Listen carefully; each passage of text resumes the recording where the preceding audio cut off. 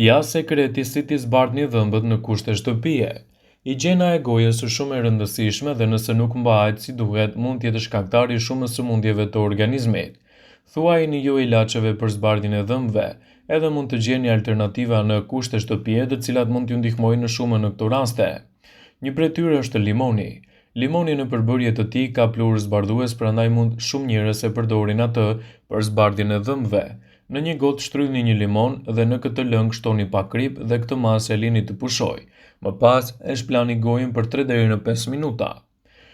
Peridoksidi i hidrogjenit. Peridoksidi i hidrogjenit kontribon shumë në zbardhjen e dhëmbëve edhe në largimin e njollave.